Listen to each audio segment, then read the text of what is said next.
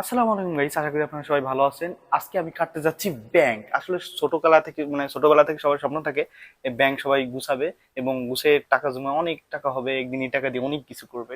তো আমরা আজকে তেমন চিন্তা ভাবনা নিয়ে একটা ব্যাংক গুছাইছিলাম, ব্যাংকের মধ্যে কয় টাকা আছে সেগুলা কেটে আজকে দেখবো। এটা হচ্ছে আমাদের ব্যাংক, তো এটাকে কাটবো।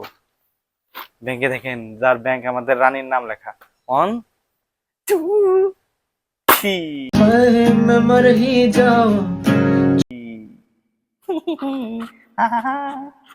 আসলে দেখা যাক। আহ, টেনটেনা। পয়সা ही पैसा होगा। তো এখানে আমরা ঢালবো, দেখবো এটা কটে।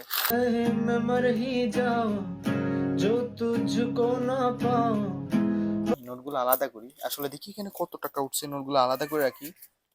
এটা অনেক টাকা জমানো হয়েছে, 1,000 টাকা। ও সরি, 5 টাকা। এই যে 1,000 টাকা টাকা টাকা। আমি কিন্তু একটা ভালো টুপি পেয়ে গিয়েছি। আরে ব্যথা লাগে। দেখতে পাচ্ছেন যে এর মধ্যে খালি কয়েল আর কয়েল।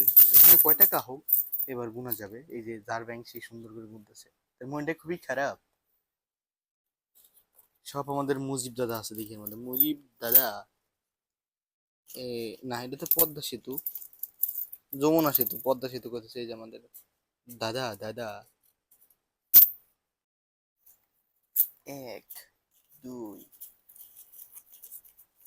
3, 1 সরি এখানে হচ্ছে 3। হ্যাঁ, 1 2 3 4 5 6 7 8 9 10। 1 2 3 4, এখানে 400। 1 2 3 4 5।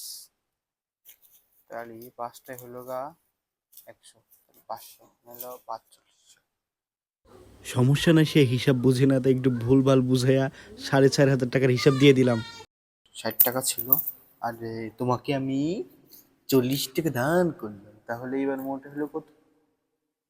5,500 টাকা। আর এই 10 টাকা তোমার বকশিস।